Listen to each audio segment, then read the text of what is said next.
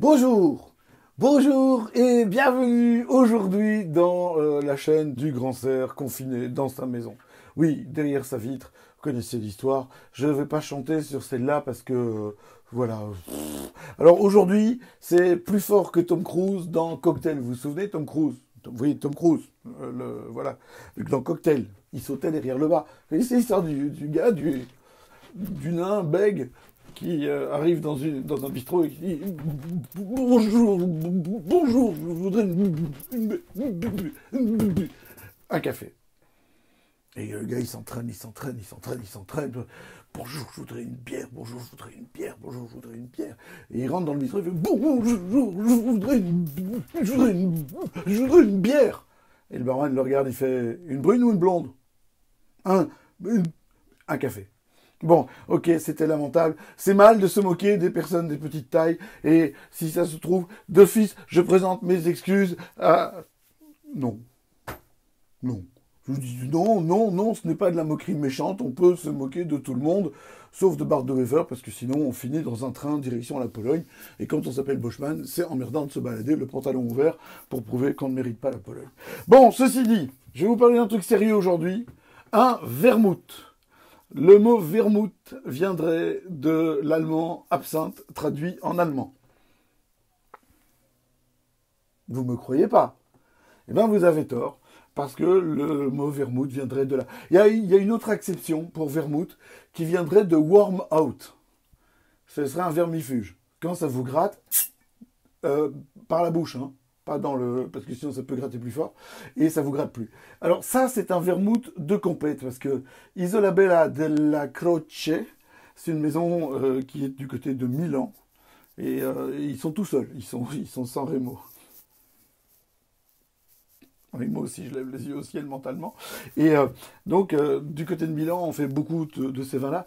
L'origine des vermouths viendrait du Moyen-Âge. Ce sont des recettes c'est un cordial, en fait. C'est un digestif, le vermouth. Et en fait, c'est une infusion dans du vin d'une série de plantes. Le plus connu des vermouths aujourd'hui étant bien entendu le Martini, qui appartient maintenant à la compagnie Bacardi, mais il y a plein d'autres vermouths. Et en fait, les meilleurs vermouths que l'on connaisse, c'est pas exactement du vermouth d'ailleurs, mais c'est la même famille, c'est le Barolo Chinato. Ça, c'est un truc, genre, qui déchire son slip de sa race, quoi. Le vermouth, les Barolo Chinato, je suis prêt pour ceux qui voudraient m'offrir des bouteilles de Barolo Chinato je sais pas moi, à ramper sur le ventre. Je fais un peu culbuto quand je rentre. Quoique, je n'ai pas repris de poids. Hein? Oui, bah oui, c'est pas le cas de tout le monde, mais moi oui. Ce que vous voyez là n'est pas un bouton, mais une oreillette qui traîne. Je n'ai pas acheté non plus de trucs à distance. Et donc, pour du Barolo Chinato de qualité, je peux faire beaucoup de choses. Je peux... Enfin, voilà, celles qui m'ont envoyé des trucs sur ma publication avec un Scrabble où on m'a dit cunilingus en mot compte triple à condition que ce soit bien fait. Pour un bon Barolo Chinato, je suis prêt à en discuter. Bref, donc le vermouth, celui-ci en plus est une tuerie de sa race, mais un truc de fou. C'est vendu par mes deux camarades qui sont tous les deux meilleurs sommeliers de Belgique d'ailleurs, qui ont fait une petite entreprise dans la province du Luxembourg qui s'appelle la Cave des Sommeliers. C'est Pascal Carré et Aristide Spies. Aristide ayant quand même chopé une médaille de bronze au championnat du monde au Japon il y a quelques années. Pas rire, pas de racisme non plus. Putain, si j'ai des Français qui me regardent, mais je suis déjà en tôle. Et donc, enfin des Français, j'ai plein de Français qui me regardent, mais qui sont des gentils. Et donc voilà ce que ça donne. C'est magnifique. Oh putain, c'est vraiment bon ça.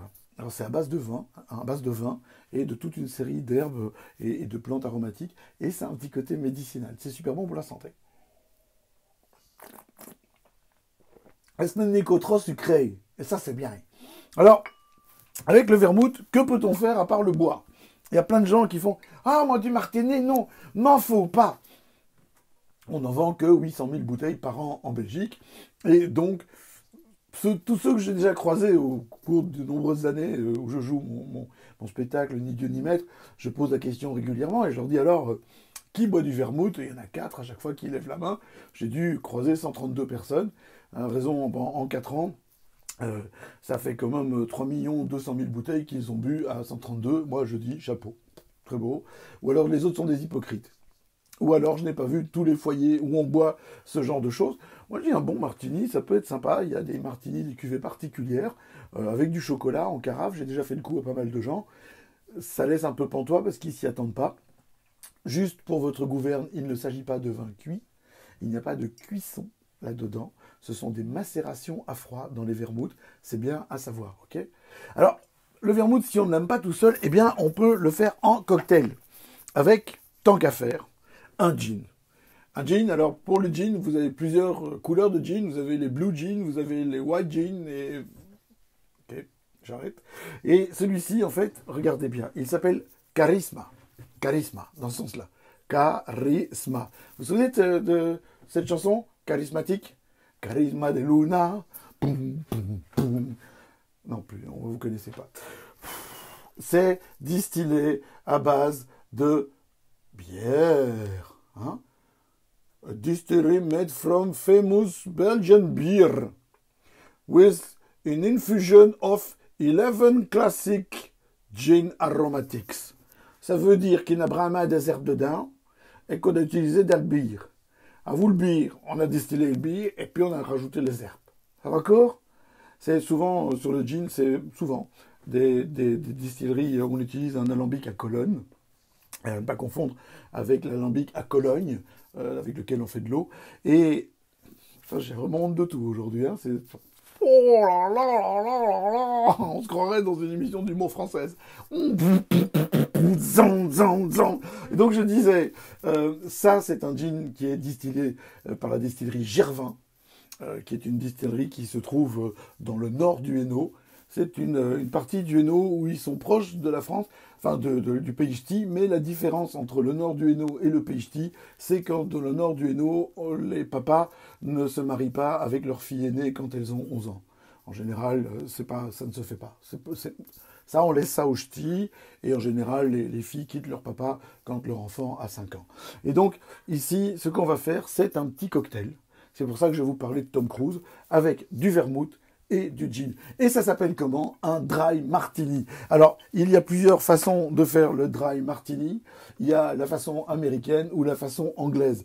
Et la façon américaine, c'est je prends des glaçons, je mets le vermouth, je mouille les glaçons, je jette le vermouth, je remplis de gin. Ça déchire fort sa race. La façon autre, donc, c'est je mets à peu près 1,5 centilitre, 2 centilitres de vermouth avec mes glaçons et je mets 4 centilitres de gin.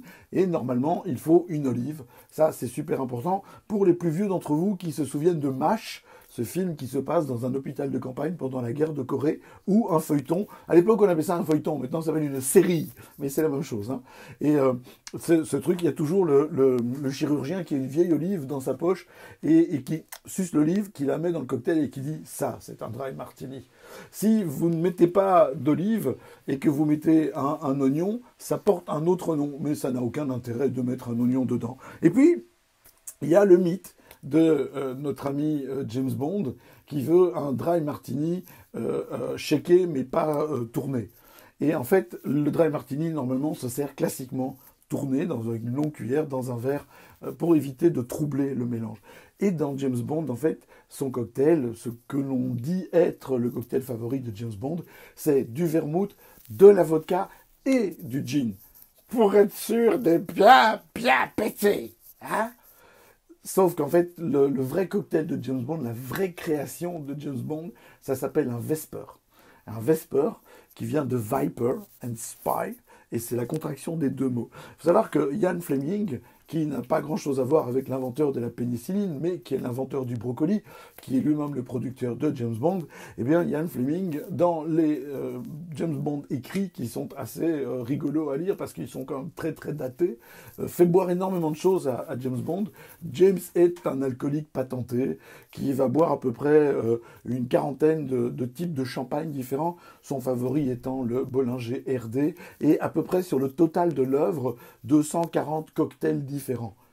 D'ailleurs, dans le dernier des James Bond écrits, qui s'appelle Casino Royale, James part en cure de désintox parce que ses patrons des services secrets trouvent qu'il fume quand même un peu beaucoup et qu'il a tendance à beaucoup picoler. Et donc, le cocktail de James Bond, le vrai, c'est du Vesper, et ça se fait avec du Lillet, qui est un genre de vermouth bordelais. Et d'ailleurs, quand c'est ressorti dans Casino Royale, la version avec Daniel Craig, qui est une version nettement moins drôle que la version de Casino Royale qui est sortie dans les années 60, qui est complètement azimutée, que je vous engage à regarder, eh bien, dès que le film est sorti, puisqu'il y avait un très très bon product placement de Lillet, les ventes de Lillet ont explosé. Tout ça pour vous dire que donc, on prend un verre. Normalement, il faut un verre à mélange pour faire le cocktail et servir ça dans un verre à dry martini. Vous voyez, les verres, on les appelle les Jockey Club aussi. Du rebord faisait ça. Alors, vous mettez... Il faut toujours bien être précis quand on fait un cocktail parce que sinon, ça ne va pas, on va nulle part. Et la précision est la mère de tous les vices, comme disait le général Rommel à la bataille d'El Alamein. Ensuite, vous mesurez le gin. Une fois que vous avez mesuré le gin et le vermouth, vous mélangez. Méfiez-vous parce que parfois vous pouvez trouver des morceaux de fromage dans le glaçon, c'est déjà arrivé. Et ensuite, vous niffez, et Sandek, Georgette, ça sent vraiment bon. Le parfum du gin explose, et le vermouth reste présent, parce qu'on a un vermouth de très très belle qualité maintenant. C'est vraiment un truc extraordinaire. Genre de vin que l'on pourrait prendre, enfin oui c'est du vin, que l'on pourrait prendre avec certains desserts. Moi, je vois bien ça avec une tarte au citron, des trucs comme ça, parce qu'il y a une très belle amertume en fin de bouche. Faire un parfait au citron vert avec ça en accompagnement. Et ça, moi, pour l'apéritif. Ah, ça arrache un peu sa race. Mais honnêtement, je suis très content aujourd'hui. Content. Voilà. J'ai encore une nouvelle, bonne ou mauvaise, ça dépend pour vous. À ce qui paraît, on va commencer à déconfiner à partir du 3 mai. Étant donné que dans mes métiers, je suis un peu scribouillard pour différents supports, mais que je fais surtout du spectacle et un tout petit peu de gastronomie, je vais être dans les derniers métiers à déconfiner, donc j'ai décidé de continuer mes apéros du confinement après le 3 mai. On verra bien si vous reprenez le travail, si vous avez envie de continuer à picoler. On va continuer jusqu'au moment où j'aurai plus rien à raconter. Et ça, les gars, c'est pas demain la veille. Alors, ces produits, le vermouth, il est en vente à la cave des sommeliers, disais-je, par Internet. Ça se vend aussi, je mettrai tout ça dans le post. Et le charismatique gin de chez notre camarade Gervin sera en vente d'ici quelques temps sur son e-shop, qui sera ouvert d'ici une semaine et demie. Je pense que vous pouvez en trouver évidemment chez Pops et chez John Eno, les marchands de produits belges, bien sûr. Je crois que vous en trouvez aussi dans quelques cavistes ouverts comme Rome, mais je connais pas tous les cavistes de Belgique, donc là, il va falloir un petit peu chercher. Renseignez-vous, téléphonez à la distillerie, il adore qu'on le réveille. Donc vous l'appelez vers, pour le réveiller, vous l'appelez quoi, je sais pas, vers 11h du matin, quand il termine son Ricard, de distiller, pas de boire. Et comme ça, vous saurez tout. Ça va? N'oubliez pas de faire vivre les artisans qui sont proches de vous, tant qu'à faire. Ce retour de machin de pangolin mal cuit va quand même faire mal à pas mal de gens. La solidarité, c'est chouette d'applaudir à 20h, mais la solidarité, c'est aussi de penser aux commerçants proches de nous qui vendent des produits faits chez nous. C'est moche pour le monde entier, mais il va falloir un petit peu se serrer les coudes si on ne veut pas serrer les fesses trop longtemps. N'oubliez pas de prendre soin de vous, d'aller voir les vieux d'à côté pour voir s'ils ne sont pas tout seuls. Faites les courses pour eux. Déposez-leur des boules puantes sur le tapis ou des œufs de Pâques périmés. Faites des trucs un peu pour les maintenir en vie, quoi. Et surtout, continuez à être heureux. Je vous attends demain à la même heure, au même endroit. Et d'ici là, chef, un petit verre, on a soif. Chef, un petit verre, on a soif. Oh, j'avais promis, je commencerai par la Brabançonne aujourd'hui. Bon, ben je la chanterai demain alors.